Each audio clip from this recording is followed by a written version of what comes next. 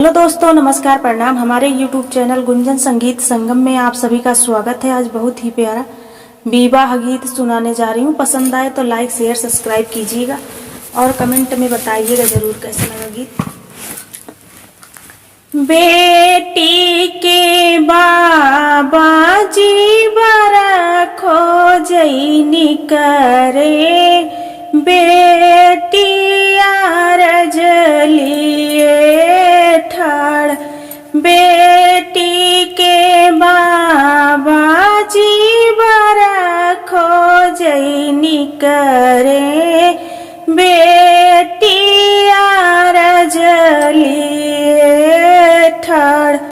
बूढ़ा बरजीनी खोजा मोरे बाबा, बुढ़ावा बहुत दुख दे जी।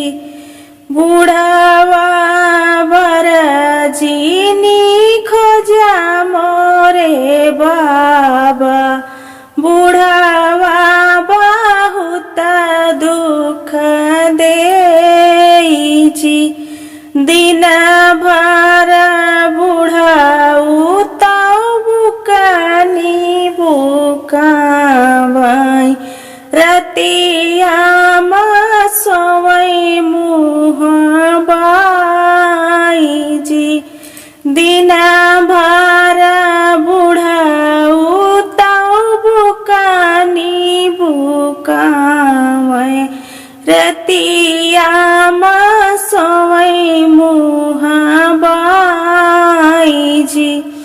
बेटी के बाबा जी बड़ा खोजैनी करे, बेटिया रजले है ठाड़ी जी। बेटी के बाबा जी बड़ा खोजैनी करे, बेटिया रजलिए ठाड़ जी। लड़िका बरजीनी खोजा मोरे बाबा, लड़िका बहुत दुख दे जी। लड़िका बरजीनी खोजा मोरे बाबा, लड़िका बहुत दुख दे जी। दिन भर लड़िका तो खेलई मटिया धुरिया, रतिया मैया की गोद जी। दिन भर लड़िका तो खेलई मटिया धुरिया, रतिया की सोवई मैया गोद जी। बेटी के बाबा जी बड़ा खोजैनी करे, बेटिया रजली है ठाड़ जी।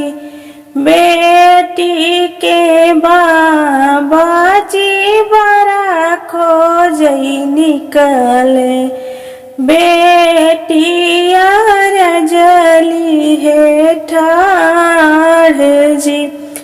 मूरख बरजीनी खोजा मोरे बाबा, मूरख बहुत दुख दे जी। मूरख बरजीनी खोजा मोरे बाबा, मूरख बहुत दुख दे जी। दिन भर मूरख तो फरसा चलावई, रतिया सोए खलिहान जी। दिन भर मूरख तो चलावै रतिया सोवै खले हान जी। बेटी के बाबा जी बारा खोजैनी करे बेटिया रजले है ठाढ़ जी। बेटी के टीचर बर तू ही खोजा मोरे बाबा। टीचर बहुत सुख दे जी। टीचर बर तू ही खोजा मोरे बाबा।